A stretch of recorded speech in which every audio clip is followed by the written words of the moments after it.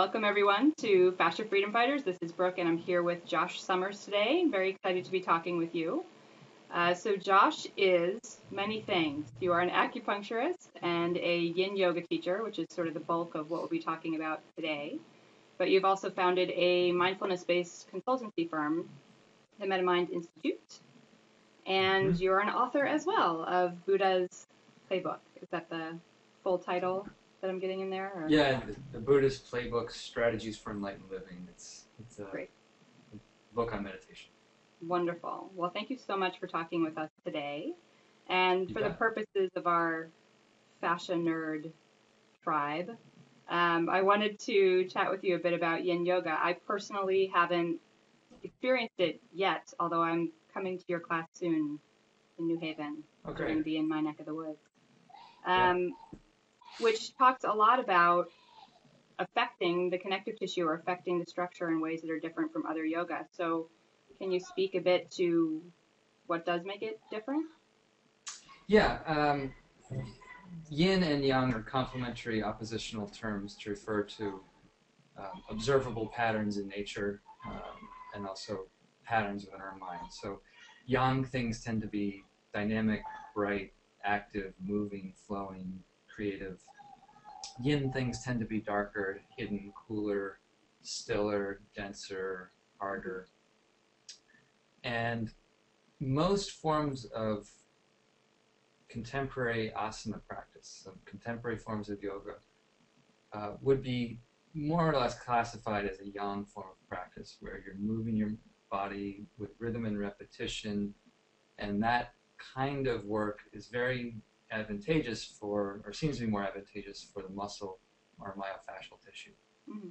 And what doesn't get really stimulated a lot in a yang class is the connective tissue around your joints. In fact, you're strongly discouraged, and appropriately so, you're strongly discouraged from stimulating, stressing, affecting the tissue in the joint, because you could destabilize the joint in the yang context. So Yin Yoga has been really revived, I'd say. It's not that it's a new practice, it's nothing terribly novel about it, but it's been revived as a way, I'm just going to make sure my light stays on. It's been revived as a way of addressing the denser tissue around the joint, or emphasizing that tissue so that that tissue stays healthy as well. Mm-hmm. And the means for doing that are quite simple. You come into a shape primarily on the floor. Most of the poses are on the floor. So you come into a shape where you feel a modest to mild amount of stimulation. Once there, you relax your muscles, and the action of relaxing the muscles shifts the emphasis of the experience from the more myofascial tissue into the denser joint connective tissue. And then you just stay still for anywhere from 2 to 10, sometimes 15 minutes.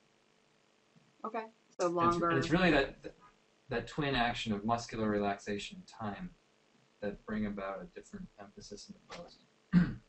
Okay. But I always want to say that it's not a standalone practice. It's not something you would want to do exclusively. It's really a way of complementing or balancing the other practices you might be doing. So why do you say that it's not standalone? What are the kinds of things that might be best paired with? Well, I say it's not a standalone because it's really only emphasizing that tissue. And all tissues, as you know, probably need to be exercised appropriately for optimal health. Right. It's basically a use it or lose it principle in the body. And if you don't use certain tissues, whether it's neural tissue, bone tissue, connective tissue, muscle tissue, then it starts to deteriorate. So other things you can do, I mean, I've seen other ways people pair it up. Some do more traditional Yang Yoga and do Yin Yoga. Yeah. Some do CrossFit or that kind of thing, and Sure. then do Yin Yoga as their yoga practice. They wouldn't do an active yoga practice. Okay. But there's many ways of integrating. It's a very individual thing how you integrate too. Sure. People always ask, like, is there a formula? What's the recipe? What do I do? You know, and I say, well, really, you want to evaluate what are the yin and yang factors in your life, and sort of self-reflect what is going to bring you personally more into balance. Mm-hmm. Some people, maybe only a little bit of yin is what they need. They really need to move more and Sure. do a yang practice. And others, I find a lot of people have done so much, they're doing so much yang activity already. Right. That the body's thirsty for the yin experience. Yeah. We live in a pretty yang culture.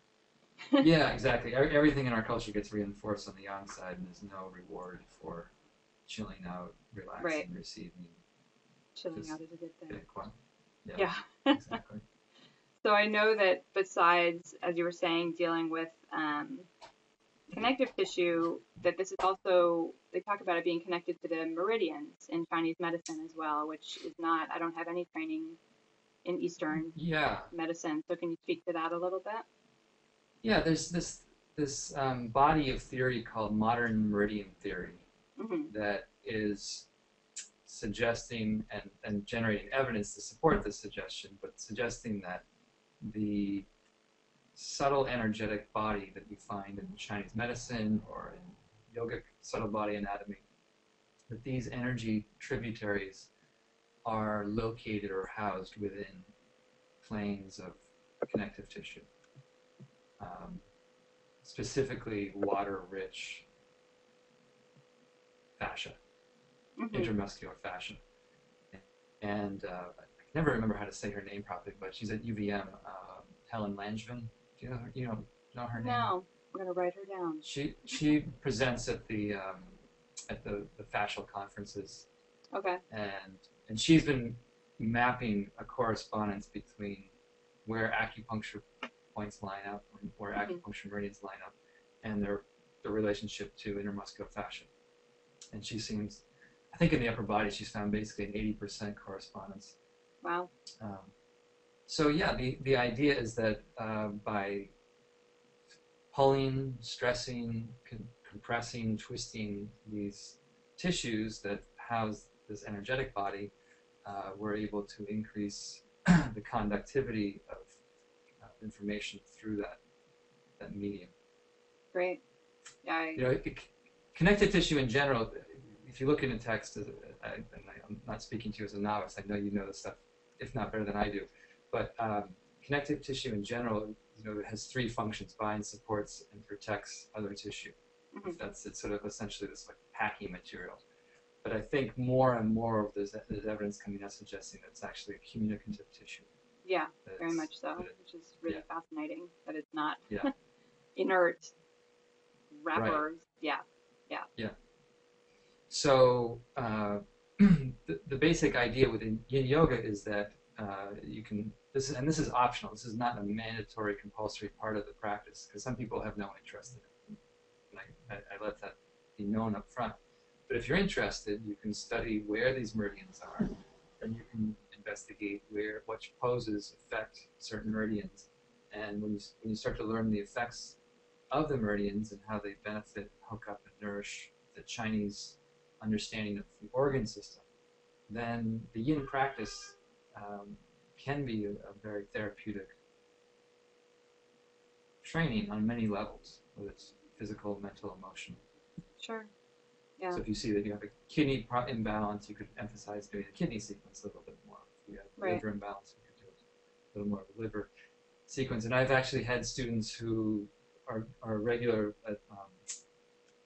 consumers of acupuncture. They go see their acupuncturist regularly, and they're told, "Oh, I have a liver imbalance," and without telling their acupuncturist, they'll start doing a liver sequence and then go back a month later, and the acupuncturist says, "Oh, this seems to have cleared up. What have you been doing?" That's great.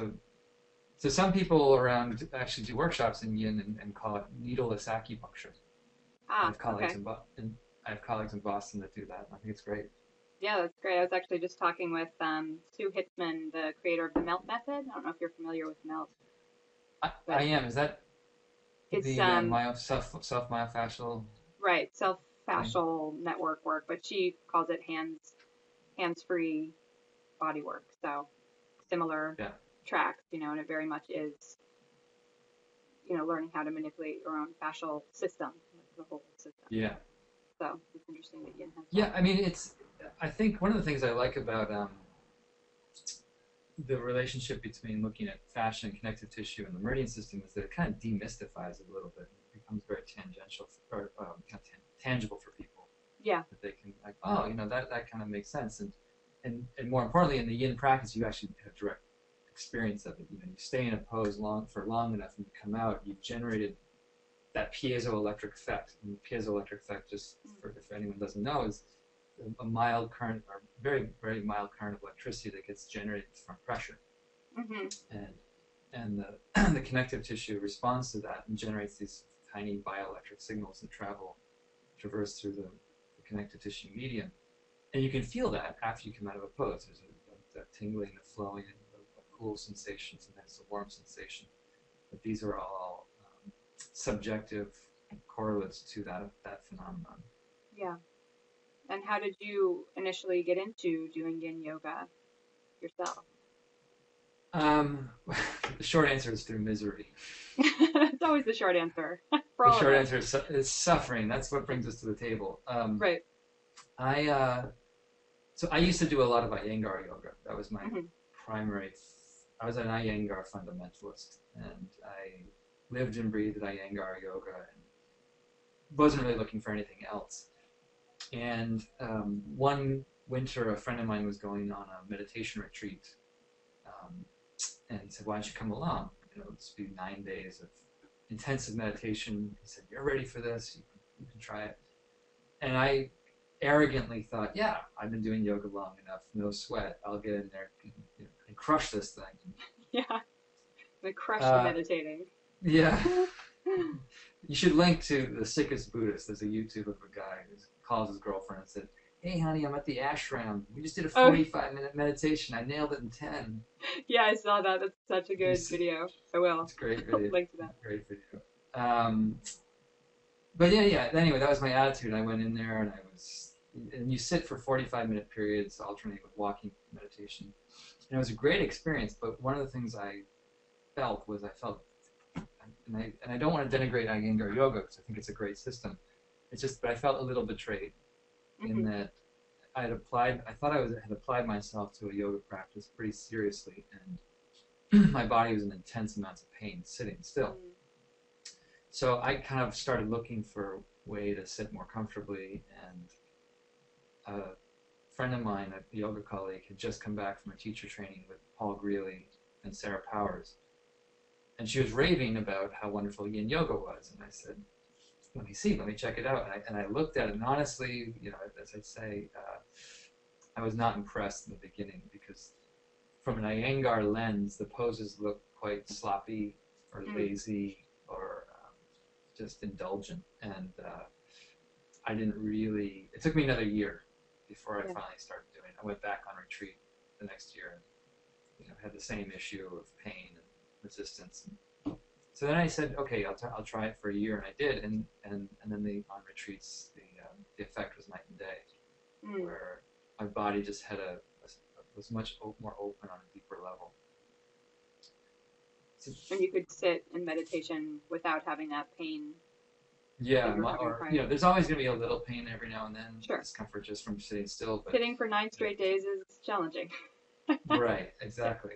But the 9 relentless sit after sit, I can't do this for another moment type sensation, that faded. That's great. Faded nicely.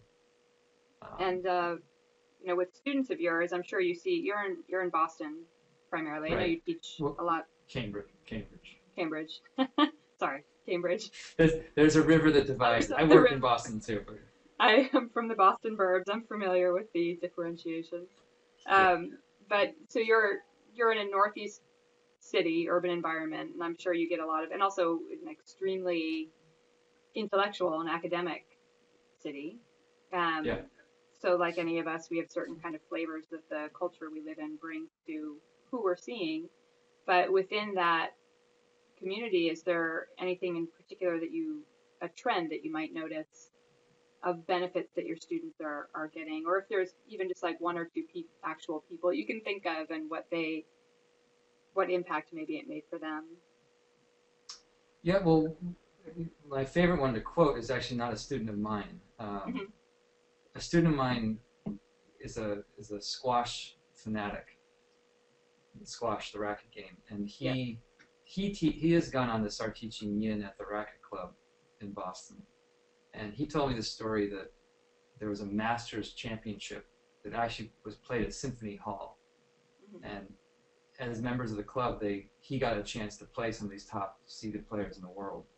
And the guy who was previously seeded as number one at the age of 38, which is quite old for a professional sport like that, they met and they played, and my friend beat him, but they got to talking, and turns out this guy actually also, he's a Scottish guy, he does Yin Yoga too, and his girlfriend taught Yin Yoga in Scotland, and he credits the longevity of his career to Yin practice, keeping his joint tissue healthy. That's great. So that's sort of a high-profile case.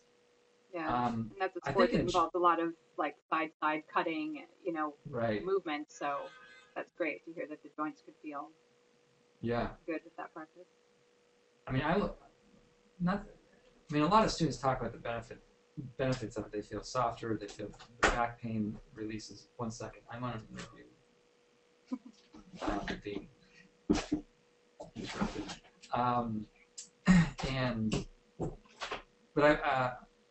The interest in the training points to a certain increase in demand, I think, because for a while I used to do just one training a year in Boston, and now there's more demand than I can meet, actually, personally. I'm doing at least one training a month now, and the interest, it seems on a studio level, has just gone way up, that more and more people are looking for it and seeing the benefit of it. That's great, especially considering that we do live in a culture that likes to really embrace the young stuff, which, I mean, I embrace the young stuff in my life too, but it's nice to see that there's some shift where people are looking for the other piece, the other half for their and Paul Greeley, the guy who I see as having revived Yin Yoga, he sort of predicted this a number of years back. He said, he could see this arc of yang activity and yang interest, power yogas and all that. And he said, at some point it's got to turn back to come back to balance.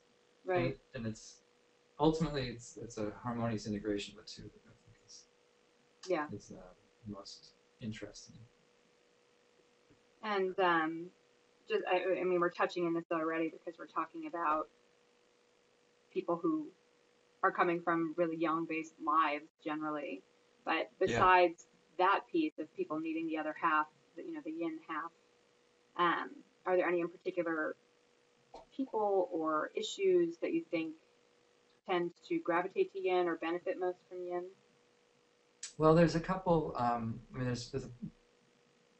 I think all generations benefit from it, but I used to teach in a slightly older demographic, and they really seemed to benefit a lot from it. They weren't able to do more of the active stuff. We could do modified yin poses with chairs and things.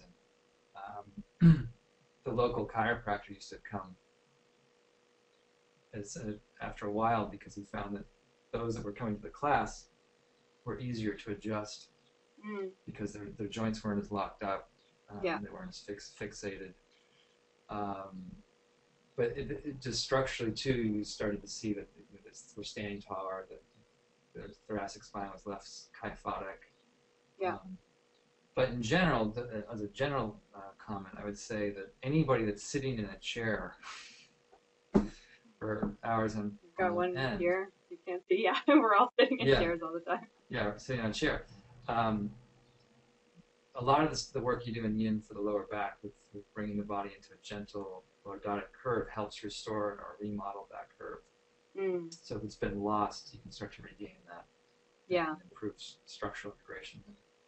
Yeah, that's great because that is really common. I was actually I'm going to put up a video on the website soon because I was having that conversation for the 18,000th time with a client the other day because people think that they should have a flat low back. So it's great to hear because I think that's a big piece that so many people are missing, like you were saying, because of sitting. So if that's something it can help people regain, that would have a massive impact for a lot of people. Well, that's actually another whole piece. This, I mean, you just mentioned this view that the back needs to be flat, right? Right. They're all, I don't know where there's sort of this common cultural orthodoxy in the yoga scene about these alignment principles that just get repeated and reinforced through repetition, and then people stop to actually question, well, why are they even in place in the first place? Right. And there's a lot of that just doesn't bear out in terms of actual experience or the way the body is designed to move. And one of the things I've liked about Yin Yoga is that because you're in the pose for so long, it allows the teacher to address themes that can't really come up in a fast-paced class. Yeah. And one theme is that your pose ultimately is influenced by the structure of your bones. Mm-hmm. The skeletal variation from person to person and within yourself, and learning how to feel when you're up against skeletal limitation versus soft tissue resistance will affect the alignment you see. Yeah. And if you come work in the workshop in New Haven, you'll see the first day we talk a lot about that. Just where are you feeling it? How are you feeling it? And there's no one way to feel it. It's just a question of what is your intention in the pose, and how are you feeling it, and can you modify that to suit what your intention is? Mm-hmm. But this idea that there's one pose, and that ultimately, if you just practice long enough, you're going to get to that idealized version of pose is mythology, really. Yeah. And, yeah, that's a big deal. Thank you for bringing that up. Yeah, well, I mean, I also want to just give credit to Paul Greeley. He was talking about this years ago. Mm-hmm. His video Anatomy for Yoga goes into that ad nauseum, actually, just talking about the difference between feeling tension and compression in your body, Mm-hmm. and liberating yourself from the self-judgment that, oh, you're a terrible, incompetent yoga practitioner if you can't do something. Right. Yeah. Great. Well, I'm very excited to come and study with you. I've got a body that's been learning how to soften since I was born and had a birth injury that made it all cramp up. So Oh, yeah. this will be a fun piece for me, and I really appreciate you sharing all the input about Yin Yoga with the Fascia Freedom Fighters tribe. Yeah, definitely. Thanks for having me. Yeah. Well, enjoy the rest of your day, and until next time. Okay, thanks, Brooke. Yep. Bye. Bye.